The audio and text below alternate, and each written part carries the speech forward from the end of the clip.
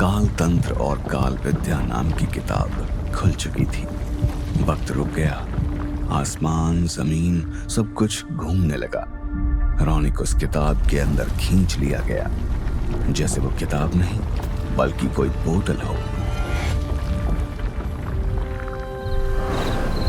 कुछ पल बीतने के बाद रौनिक बहुत जोर से जमीन पर लैंड हुआ। ये कहाँ आ गया हूँ मैं? रौनिक उसी नैनीताल के जंगल में था, लेकिन सब कुछ बहुत अलग सा लग रहा था। पुराना, जंगली, रहस्य से भरा हुआ। और रौनिक अकेला नहीं था, दूर से कोई उसकी तरफ चलता हुआ आ रहा था। रौनिक उस आदमी को पहचानता था। आप? स्वागत है रौनक, पहचाना मुझे? आप वही योगी हो जो केव में थे? मुझे कुछ समझ नहीं आ रहा। उस दिन आपने मुझे दोबारा मेरी पुरानी लाइफ में वापस कैसे भेज दिया, और अब इस वक्त मैं कहाँ हूँ? ये सब क्या हो रहा है? I am so confused. Is this even real? Yes, this is all real, more real than your life. क्या हुआ? आश्चर्यचकित मत हो, मेरे लिए काल का कोई मोल नहीं। उसी तरह काल के साथ बदलती चीजें भी मेरे लिए कोई रुकावट नहीं है। मैं हर भाषा समझता हूँ।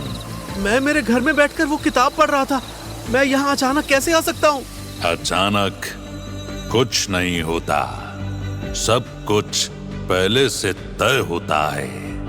मैंने ही वो किताब इस तरह लिखी ताकि एक न एक दिन वो तेरे हाथों में पड़े। वो किताब सिर्फ तेरे लिए है। तेरे बिना यदि कोई और उसे पढ़ने की कोशिश करेगा तो पागल हो जाएगा, अपनी याददाश्त खो बैठेगा। वो किताब एक दर्पण है तेरे अतीत का। ये देख, ये है तेरा अतीत, तेरा सच जो तू भूल चुका है। लेकिन अब समय आ गया है कि तुझे सब कुछ फिर से याद आ जाए। मैं सिर्फ मार्गदर्शक हूं और तू खुद अपने राज से मिलने आया है। योगी ने अपने हाथ घुमाए और तभी सामने दृश्य बनने शुरू हुए। रौनिक जैसे किसी रियल लाइफ ड्रामा को अपने आसपास अनफोल्ड होता देख रहा था। दूर से एक शिकारी घोड़े पर सवार होकर उसी की तरफ आ रहा था। जब वो एकदम पास आया तब रौनिक देखकर हैरान हुआ। वो शिकारी और कोई नहीं, वो खुद था। ये तो मैं हूँ। बिल्कुल, चेहरा अलग है, शरीर अलग है, लेकिन आत्मा को पहचान ही लेती है। ये तुम हो, वीरभद्र, इस जंगल के रखवाले। रौनिक देख रहा था जैसे कोई फिल्म चल रही हो। ये वही जंगल है जहां तुमने मुझे पाया था। हम बस 500 साल अतीत में हैं, जब तुम इस जंगल में रहते थे, इसकी रक्षा करते थे। वीर के लिए जैसे रौनिक वहां था ही नहीं, वो अपनी 500 साल पुरानी जिंदगी जी रहा था। वीर अपने घोड़े से उतरा। उसे सामने एक भेड़िया दिखाई दे रहा था। उसने अपना भाला उठाया और भेड़िए पर निशाना साधा। वो यहीं कहीं है, आजा डरपोक। एक भेड़िया तेज बिजली की तरह पेड़ के पीछे से चलकर वीर पर टूट पड़ा। तू बड़ी गलती कर गया।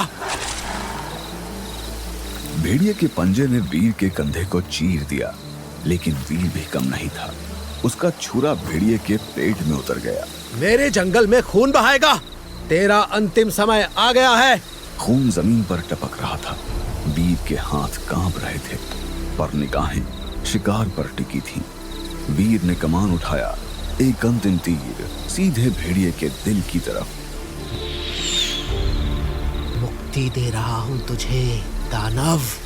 भेड़िया रुक गया उसकी आंखों में दर्द था, पर इंसानी दर्द। और फिर उसका रूप बदलने लगा।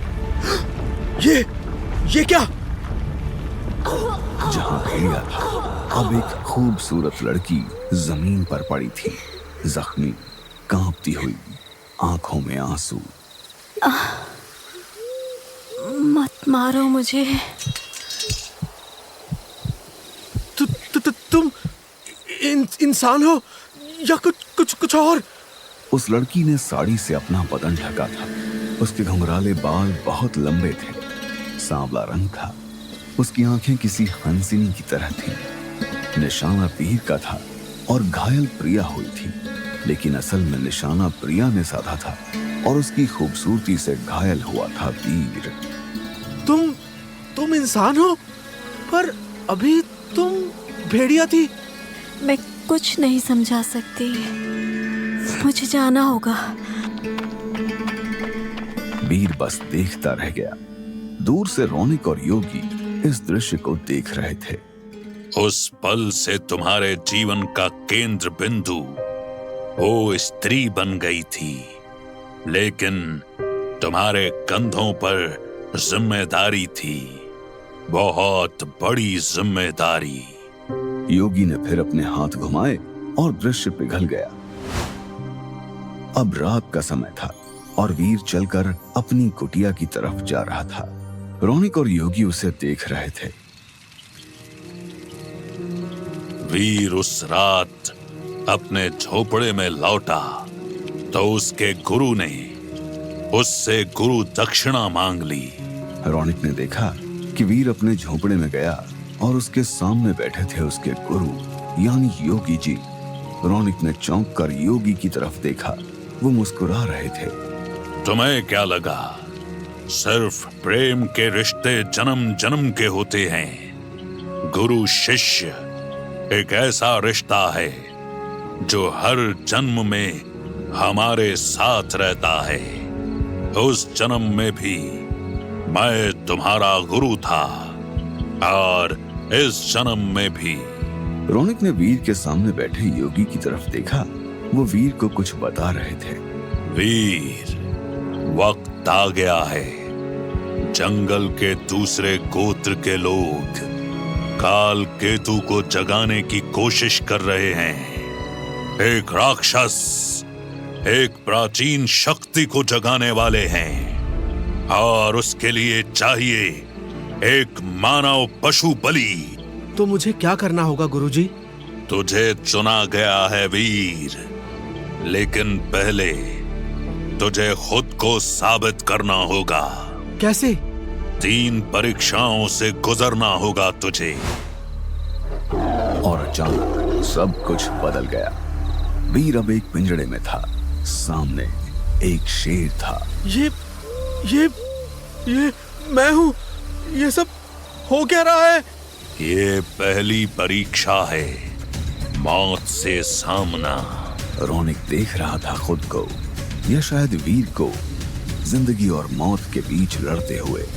उसके मन में एक ही सवाल गूंज रहा था, मैं कौन हूँ, इंसान या कुछ और?